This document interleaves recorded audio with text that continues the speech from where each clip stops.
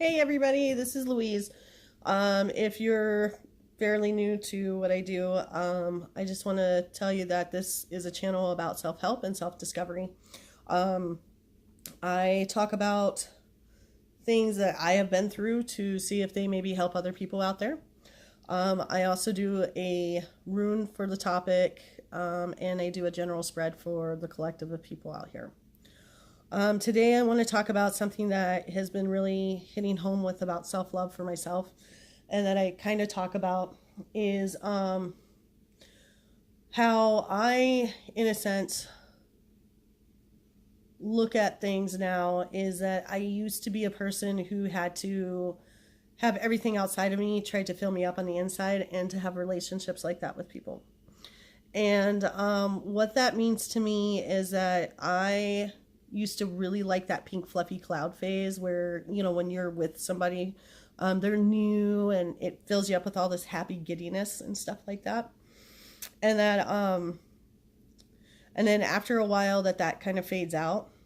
And then I go into a phase of romanticizing about how things used to be, and that's how I want things to be. And it ends up being a runner chaser syndrome, you know. What I've learned about this in myself, in one of my cycles that I have, is that first of all, I'm a spiritual being having human experiences, and that means that I've came into this life to be able to um, rectify the things in life that I have had hold me down, so that I can have a better connection with God or the universe, whatever you want to call it, a higher self, a higher state of being. Um, and through that, being able to be in that truth is to help other people and maybe help them connect the dots to be able to get there too. I'm also a person who is in recovery from drugs, and I had also had a spiritual awakening of its finest earlier this year, and went through a dark night of the soul. And I don't like to use that word dark night of the soul when what it is that things had to change in my life to be able to know that I'm meant to do greater things.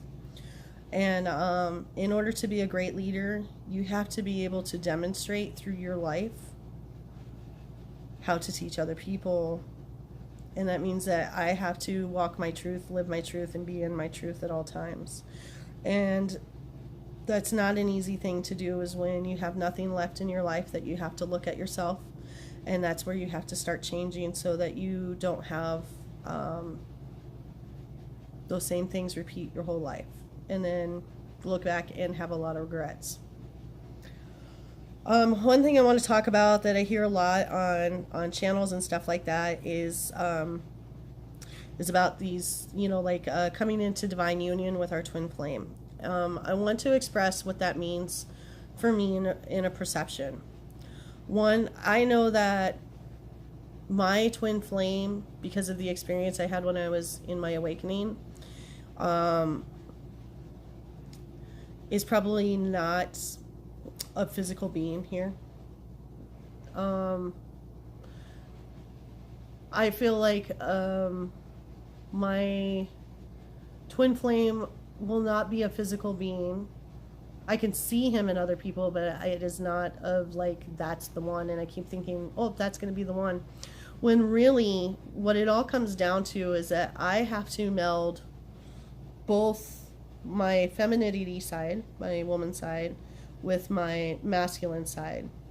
I grew up being a tomboy, so the independence and being of structure, logic, and the way the world should work, and this stuff and independence and things like that, and doing things on my own, and being strong, and all these kind of things that we say, um, I've had to rip away.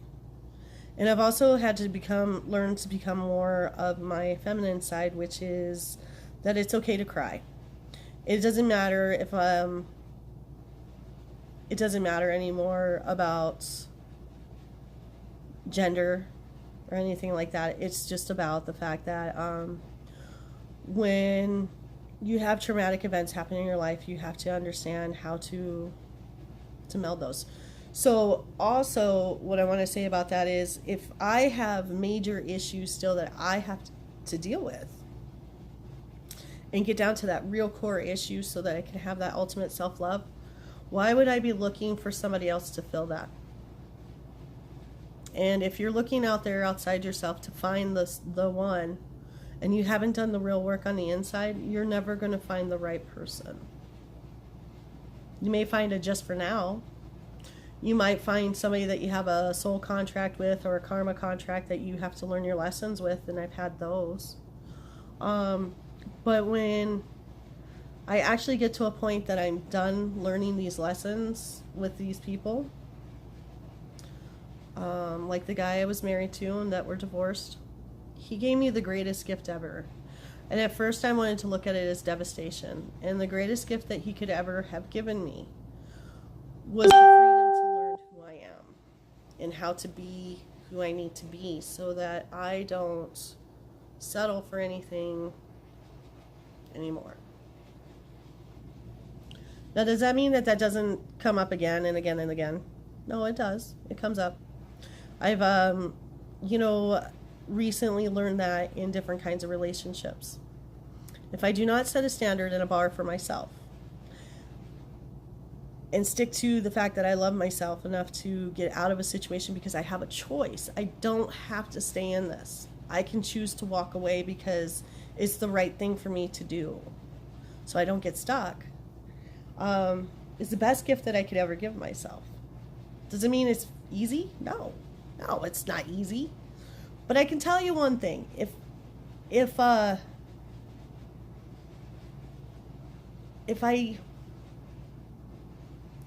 do not share my energy in an intimate way with somebody, it will not compound issues.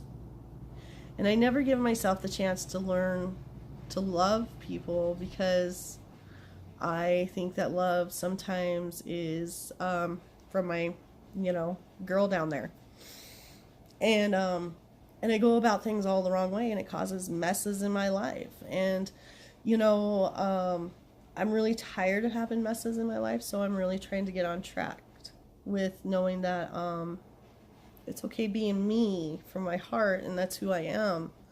That I don't have to give myself up in a way that's not okay anymore, So I'm going to read something that I wrote. I wrote it earlier this year when I was starting to really come into this being of who I am. And it's about the whole interaction with relationships. Okay. It says, if Mr. Right walked up to me today and tried to sweep me off my feet, I would run the other way. Why? Because he is Mr. Wrong. No one who is healthy and in good sound mind is attracted to unhealthy people. The saying, like is attracted to like, resonates really well. I'm not well, nor do I know myself in a way to even think a relationship would be a good idea. I believe I have a lot of work ahead of me to do. And to be better, this is just the start of becoming someone new. And to learn about who I am, to gain a new understanding of what I am growing up to be. I'm relying on a higher power, God, and others around me for help and newfound appreciation for life and myself and of myself. I can humbly and honestly say thank you and start to radiate kindness inside myself for my sanity and a sense of well-being. My heart feels good, mind, body, and spirit. And for me, that means that if I think that I'm at a point that I'm at a good standstill of, this is it, and I don't have anything else to work on, believe me, our life is full of things that we can always work on for ourselves. And being open to it and honest about it. And then just being glad to realize that I can do that. I didn't get to where I was at or where I'm at. It took 38 years. I didn't do it overnight. So why am I going to think that it takes overnight for me to get better? It may be a catalyst moment, like a tower moment happens. And then I can start the real work. Yeah, there's definitely those. You know, we have tower moments. We have forks in a road that we can choose this way or this way. You know, we can get to the end of the road and we can be like, enough is enough. So what do I got to do to be different? And instead of taking that road and going back the way that we just came and looking back all the time, I can forge a new road that because I'm pretty sure that there's a path. It's just probably a very small, faint path, but it's in a new direction, and that's the path I want to take today. I have never given myself enough credit to know that I have options, and I've always gotten stuck because I have been told a lot of bad things over and over and over that I've been programmed to think this certain way. And so, of course, when things are new and you're working on yourself, they're alien to you, and it's like, am I doing the right thing? Or, you know, it's not working, you know, because I'm not giving myself enough time. I'm not having enough patience with myself. I'm not allowing that stuff to grow in a way that creates good habits, that form good habits. It takes a while to form a good habit, just like it takes a while to form a bad habit. Well, when you have a bad habit and you're going this way and you go and you were like, I'm done. Well, to get back to this point, you have to reverse that stuff before you can even see progress, so that the progress continues and gets bigger this way. You got to still get back to that 0 point. That's the point of, of all of it. And that's okay. You know, it's okay, but you got to take time and you got to realize, hey, today I'm doing the best I can given the circumstances of I'm in. I'm not perfect. It's progress, not perfection. And for me, who likes to be in control and to have perfectionism, it's been a real big lesson to learn to take that time to grow that person, you know, to be this person today so that I can talk to you about it. Something I had wrote a long time ago also was about having some assertive beliefs, because I'm a type of person that one of my life lessons to learn is how to be assertive for myself and to apply these to my life. And, you know, I forgot about these a long time ago. I wrote this like 10 years ago and I forgot about it. And I kept pushing myself aside like I don't matter. Well, the whole thing is that I came into this world by myself. It's to teach other people after I learned my lessons, to teach other people. But you know what? When the rubber hits the road, the one person I do have that I need to count on is myself. So that's not selfish, and that's what I keep thinking in my head. I'm being selfish by doing this, but really, if I'm doing it out of love and compassion for myself because all the other ways haven't worked, that's called boundaries, and that's fucking awesome. So I want to read off some that I have, and this will kind of describe some of me too, is that I have a right to make a mistake. Mistakes, not perfection, are part of being human. I have a right to put myself first sometimes. It models responsibilities. I have a right to ask for help and emotional support. This gives others the opportunity to request help and support from me. I have a right not to take responsibility for someone else's problems. They are strong enough to solve them on their own. I can feel and think the way I want and accept your feelings and opinions as legitimate regardless of other people. I think what I meant there is that I can feel and think the way I want and I accept my own feelings and opinions as legitimate regardless of other people. I should not be expected to mind read or figure out other people's needs and wishes. And I go through life doing that, I have to assume, and all it does is get me in more trouble. So I'm not doing that anymore. If you can't tell me what you want, then how am I going to know? I can ask questions, but I don't need to assume. And it's just the same thing. People are not mind readers on me. I have to speak up and say things like, hey, I need help, or I'm not doing okay today, so can you talk to me? Because that goes along with that perfectionism that I like to do, is that I'm perfect and everything's okay, and really I'm dying on the inside, and I just don't know how to speak the words of, I need help. I'm lost. I'm scared. I'm lonely. I don't feel good.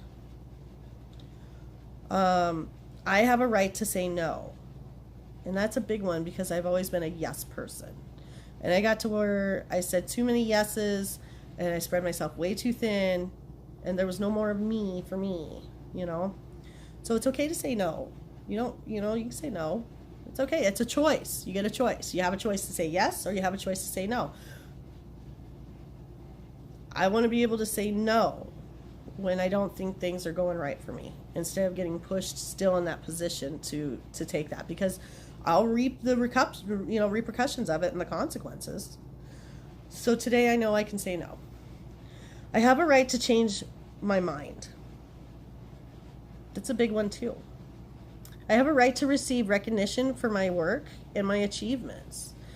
It's okay to take compliments for me. It's not, I'm worth compliments. I'm worth looking at. I've done a lot of hard work this year to get to this point.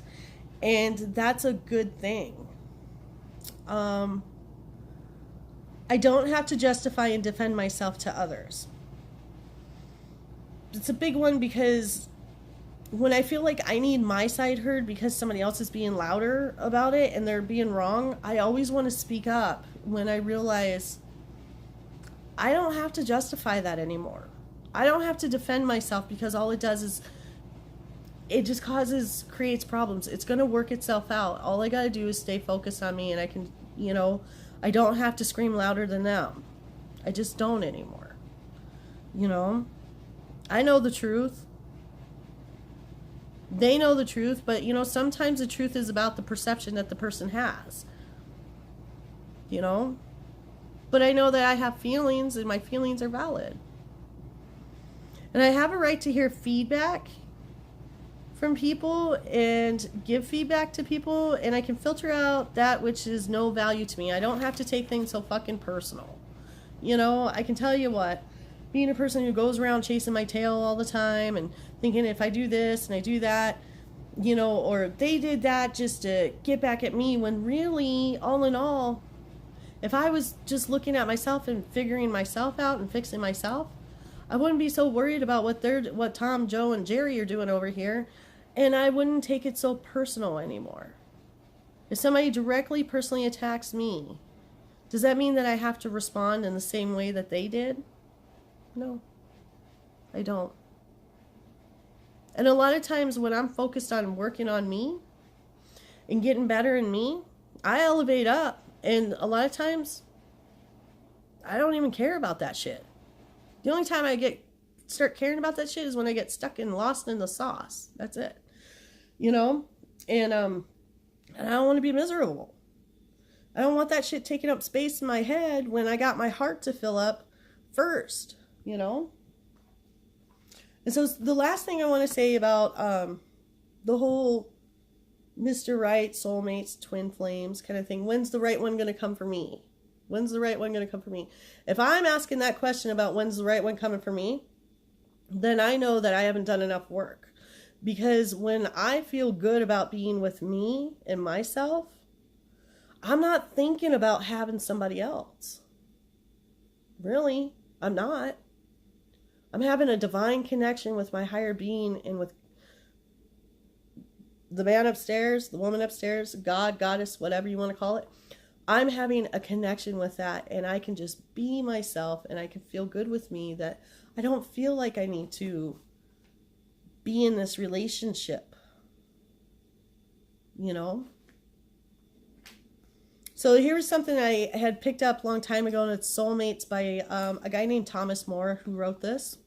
And it was really good enough for me to write it down. And it says, sometimes when asking the question, what is wrong with me that I can't have a long-lasting relationship? The question borders on narcissism, and the focus is on me. To get to the soul, we might direct our questions more outward. What does fate want in it? What does fate want in it? And it demands on me. What does fate want in it? Demands on me. What is the meaning of this continuing failure to find love? What am I made of that my heart moves in directions different from my intentions. This shift from self-reflective narcissistic questions to a more open, objective point of view is in itself a fundamental move towards soul. So to me, this has a lot of wonderful information about the fact that why can't I have a long-lasting relationship? Well, what are you doing with yourself first in order to create a long-lasting relationship with yourself? You know, are your actions, thoughts, and words that you're treating yourself with lining up with what you're doing out, what your intentions are outside? If you're saying, I just need somebody to love me, it's like, well, people who love themselves don't say that they need somebody to love them to fill them up. They just don't. I know that for a fact. I've met people who they do not talk like that if that's where they're really at. You know, I can look at my long-lasting relationships, and my longest relationship I ever had was I was married for 5 years almost, got divorced. But my daughter, her dad and I were off and on for, you know, about 6-7 years, something like that, you know. But I can tell you that all I ever did was cry around at those times. Why can't things be the way that they were before? Or, you know, why can't they see what I mean to them? And really, they were only reflecting back to me how I felt about myself and what I needed to do to learn, to grow, to be a better person. And I can tell you, when I am at my peak of being happy in my life with doing this work that I'm doing, all I want to do is discover more about myself so that I can be a better person to everyone out here in the world, you know. That's the true gift. Anyways, enough about me. I hope that helps somebody out there, and that, you know, you understand is that self-discovery is first and foremost. If you're looking outside yourself for the source of finding something to complete you, you might want to realize that you have all that you need in here first. And it took me a long fucking time to realize that shit. I can tell you that. You know? And the more that I get to a point that I'm learning to love myself, I can start recognizing my cycles or the life lessons that I have a lot quicker, so that I can be like, whoa, I already went down this road once, twice, 3 times before. I don't think I want to do it again because I'm not at that point anymore. I'm a better person now because of that. And that's how you take those things, and instead of allowing them to create space in your head and create more chaos, you start taking ownership to realize, whoa, I'm not okay with this anymore, because thank you for teaching me that lesson, because I can tell you what, now I can see how that's played a big part in my life, and that it doesn't do me any good to have that, so I can pull that weed out and throw it away. Takes a lot of work though. Don't fucking get me wrong. Anyways, let's get you ruined. Okay. So the ruin I have is, it looks like an F, upside down F. Let's see what we got. Okay. Like I've said before in every single one, and I will, is that I think I'm pronouncing these right. If they are not pronounced right, if there's somebody out there who knows the right, correct enunciation for runes, please get a hold of me so that I can start learning how to practice them the correct way, because I'm only going by what it says over here for how to pronounce it right. Ansuz is the one that we got, and I do read them both the right side up and the upside down, and whatever way it comes out, I read it, because that is an opportunity for growth and learning today. It does not mean like, oh, that's a bad rune because it says it that way. No, that's not it at all. It just sets the tone for realizing that I've seen runes in here that the right side up, you know, way is not as pleasant as you'd think that it is, you know, or some of them that just don't have a reverse to them. So that really means to me, life lesson, you know. So in reverse, and I'll read it to you. It says, it's it's a rune of signals, messenger rune, and the god Loki is part of this. But in reverse, it says you may be concerned over what appears to be failed communication, lack of clarity or awareness, either in your past history or in a present situation. You may feel inhibited from accepting what is offered. A sense of futility, a waste of motion may overwhelm you. Remember, however, that what is happening is timely to your process. If the well is clogged, this is a moment for cleaning out the old. Reverse, Ansuz is saying, consider the uses of adversity. Like I'm talking about to you.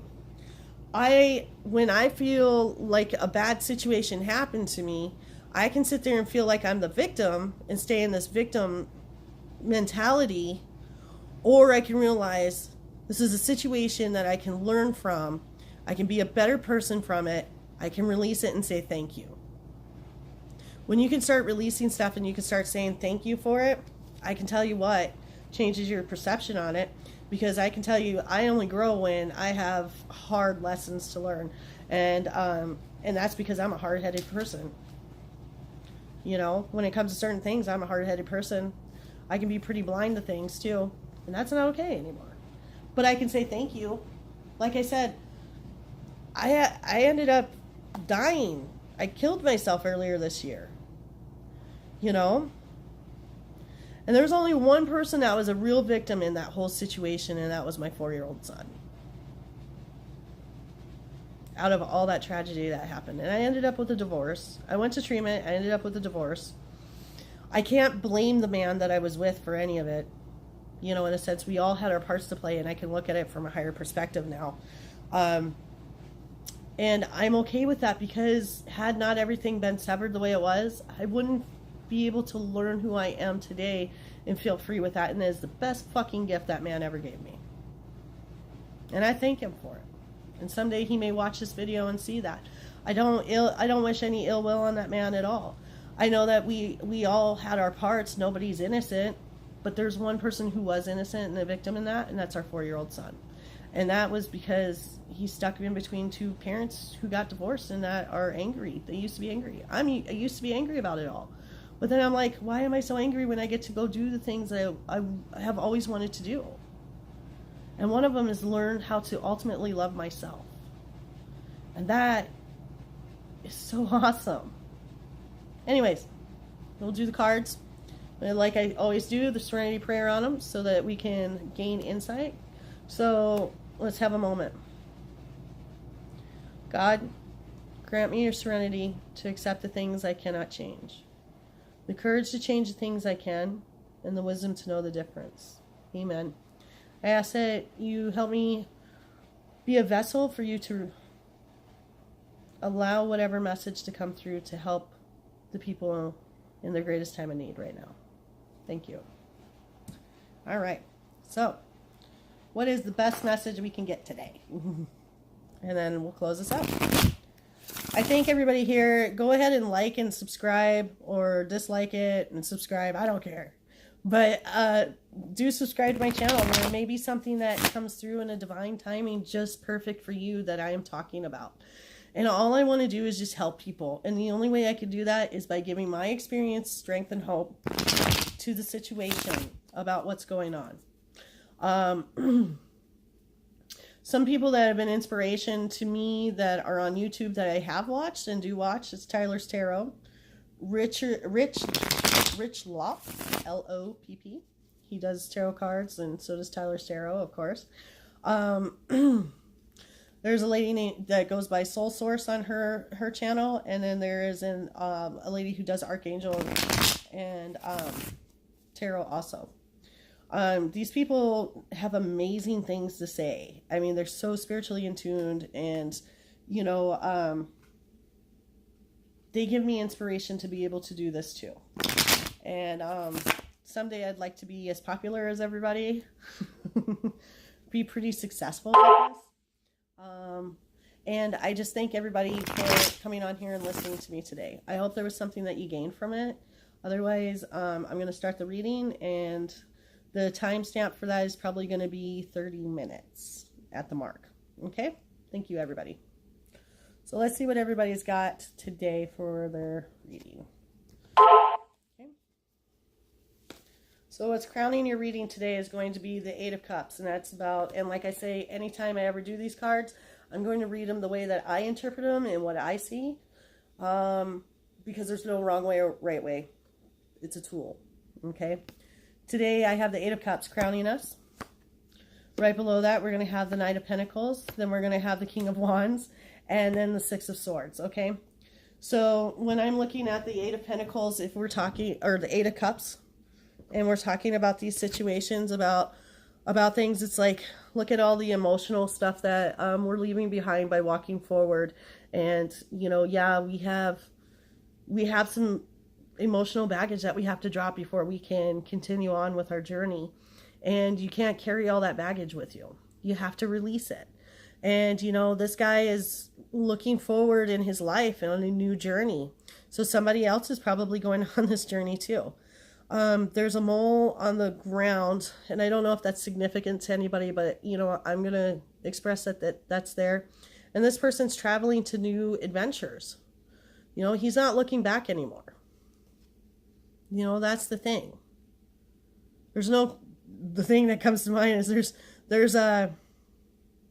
there's no use in crying over spilt milk, is what I get, you know, because there's just not anymore. We don't have to cry over spilt milk anymore. We can pick ourselves up with dignity and grace and move forward and make our decisions. It's okay to spend some time with your emotions and realizing that, you know, you don't have to stay in any kind of situation you don't want to. Okay? And this person looks like they've already made a decision to go forward. And they've been thinking about a lot of it at nighttime. And, you know, there's the nighttime full moon. So the full moon is coming up. Maybe somebody is making their ultimate decisions around that time.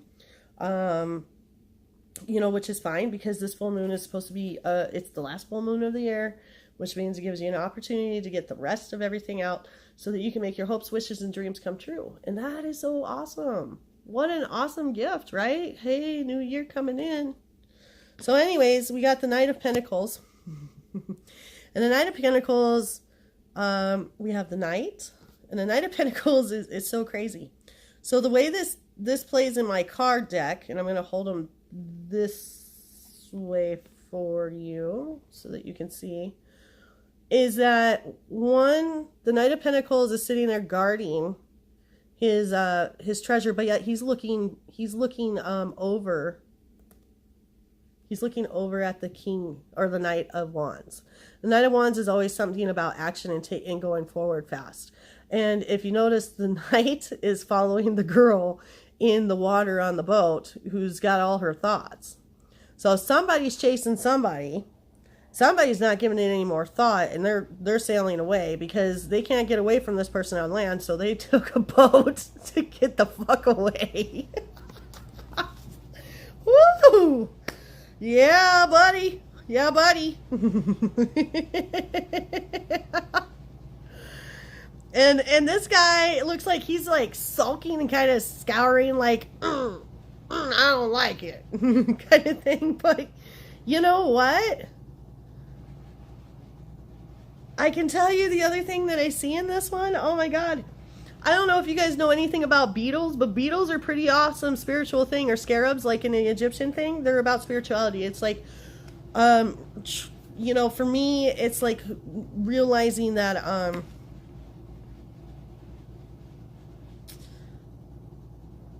you can't resurrect the dead, or you can't resurrect something that is emotionally gone or whatever if the person is already dead on the inside. So you can't resurrect something in life with that person if it's already fucking dead and they ain't going there.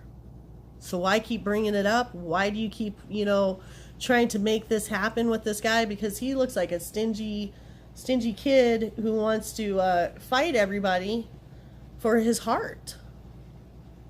And this person right here is like, hey, I'm not I can come in and be your knight in shining armor, I got fire. I got passion. I got all you need. And really, this girl's like, I just want to get away from it all.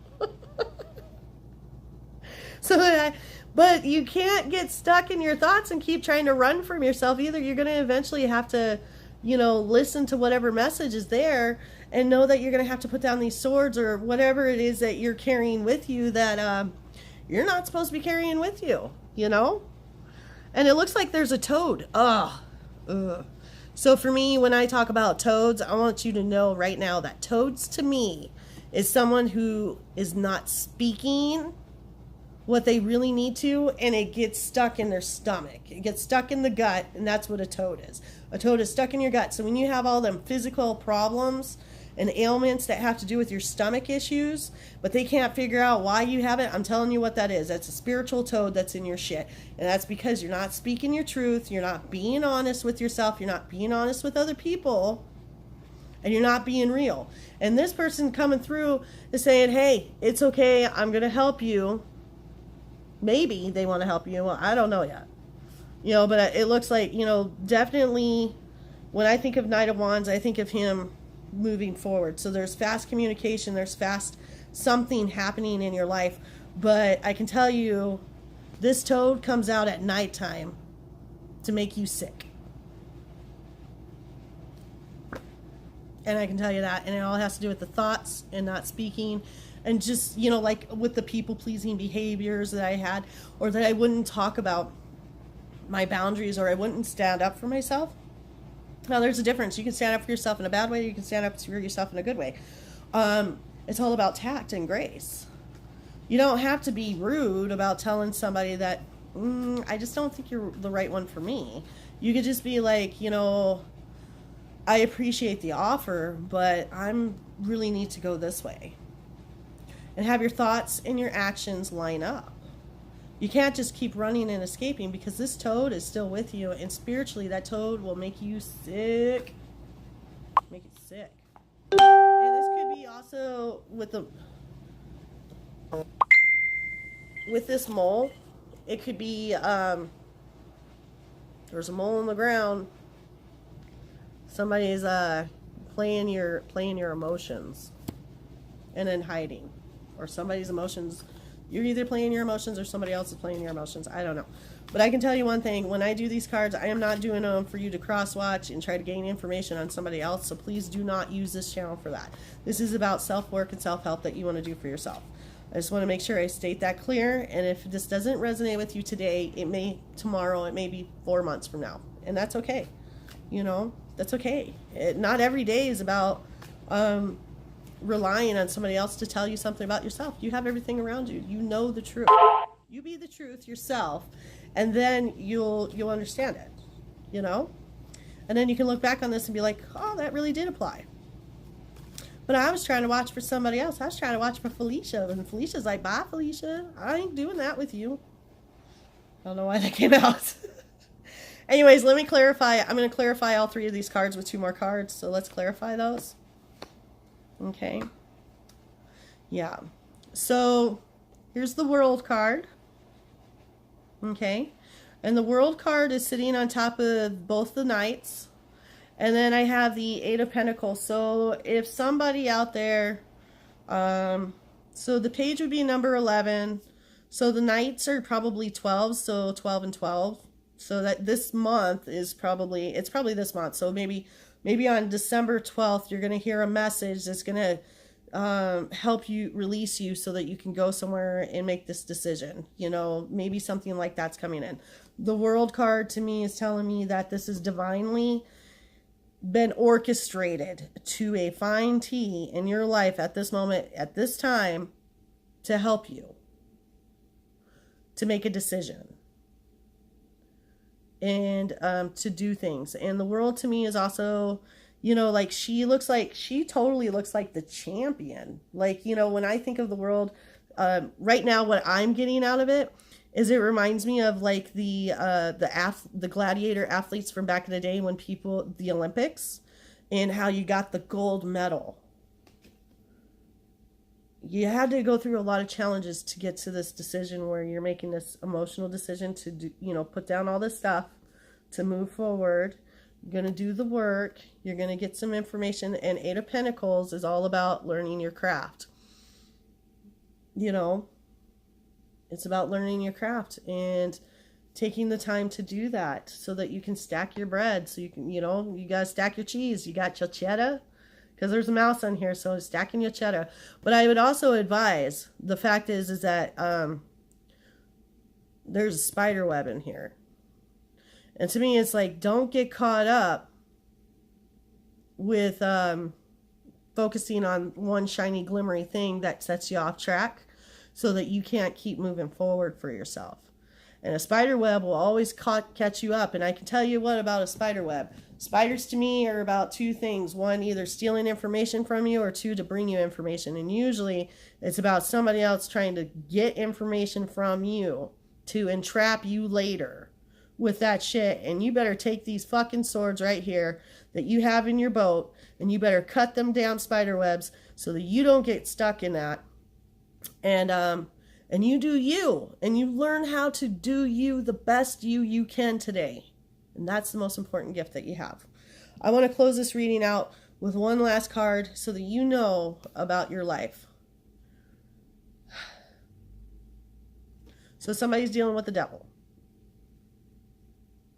And I hope that relieves some truth for you. Sometimes the devil for me is either a bondage of some sort. I know a lot of people like to say that this is like maybe the Capricorn or something like that. What I see is the devil can be anything from, I'm going to hook you with something shiny and glimmery to keep you on this chain. It could be of super fire passion, but it's of material wealth. And if you're gaining some